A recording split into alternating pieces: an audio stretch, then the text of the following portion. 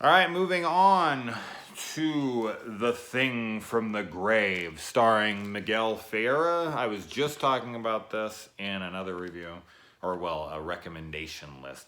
Um, you cannot talk about this guy without talking about Stephen King's The Night Flyer. I love this movie so much, and Miguel, this is his best role for me. I just there's no one better at being a dick than that guy. He brought such a level of like cockiness, arrogance, and intensity to his roles. I loved that dude. It was so sad when he died last year.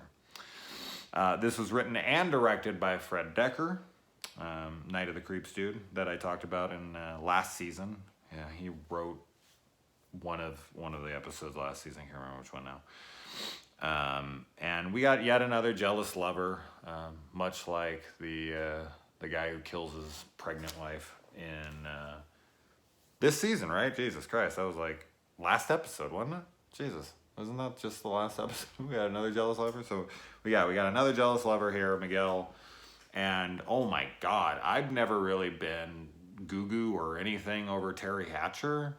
Honestly, I don't really remember her from much. I just know her later stuff, like nowadays or within the last 5 or 10 years. But holy shit, is she a knockout in this episode? Like when they first showed her, I was like, who the fuck is that? She is And then I was like, oh, Terry Hatcher. Holy shit, she was incredible looking. She might still be. I mean, I've seen her. She's still a very pretty woman.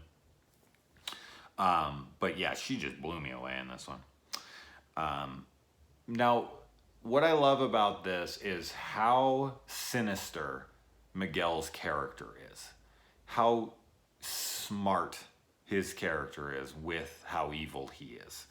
I also have to point out the fact that like when he calls up her lover and he's like, he plays that whole scene perfectly because he could call him and be like, you son of a bitch, I'm coming for you, come to his house, whatever. No, he doesn't do that.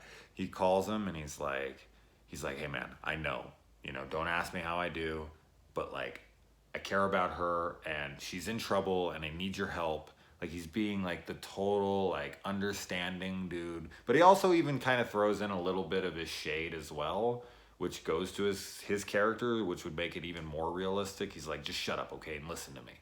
Like he's not like over sweetening it so that the guy's like, I don't know what the hell's going on. Like he does kind of retain some of the dickiness, but he's also coming from a place where he's like, all right, man, like you win, but like we need to make sure she's okay because I really care about her. And I just thought, and then the way he tricks her because he kills the guy at which he, lures him out there. And it's something I was trying to say earlier was just being reminded of a time where he's like, all right, get a pen. Like, I'm going to give you directions. Like, this was at a time, and I remember this very well, where we had to write down or print out directions to get somewhere. Holy shit, man. It wasn't even that long ago, but it seems like an age ago now because, oh God, I remember having to do that. I remember having to like, either look it up on the internet and write it down or print it out, or before that people would be like, oh my God, the vague directions people would give you. They'd be like, then you go up to like, there's like this tree and it has like weird bark on it. Once you see that, it's like 2 roads past that weird bark tree. And you're like, what? It's gonna be pitch black outside. I can't be looking for trees.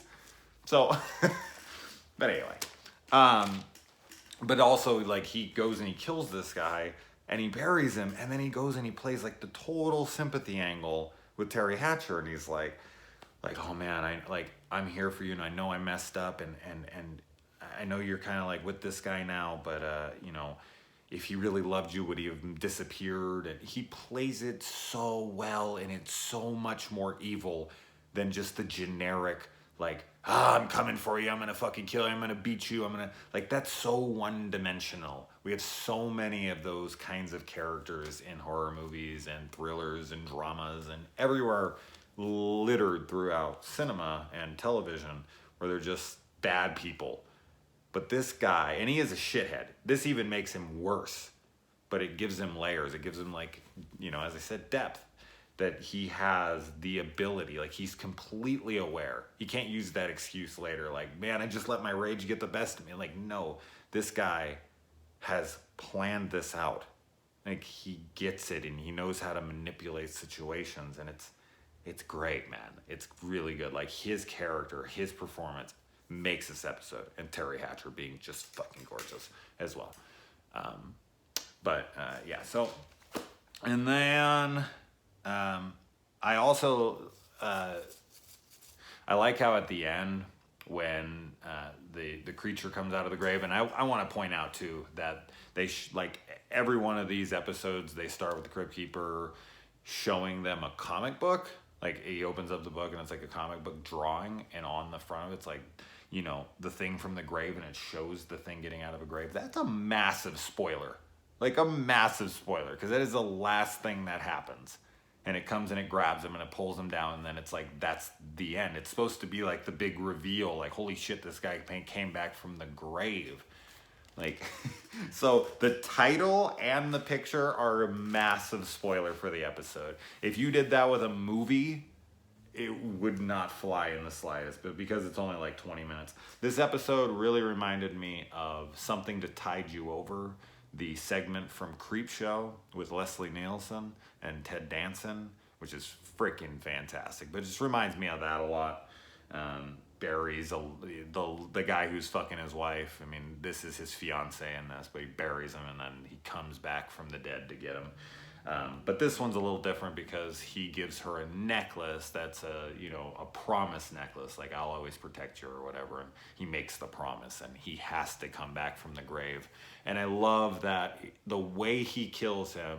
I mean, he does chop off his fingers, but really the way that he bests him and he ends up meeting his demise is because the guy drags him into the grave and starts burying him with him in the grave. Like, he takes him down with him. He only came out for that one purpose, to grab the guy and bring him into the grave with him and buries him with him. And that's how it ends. That's awesome.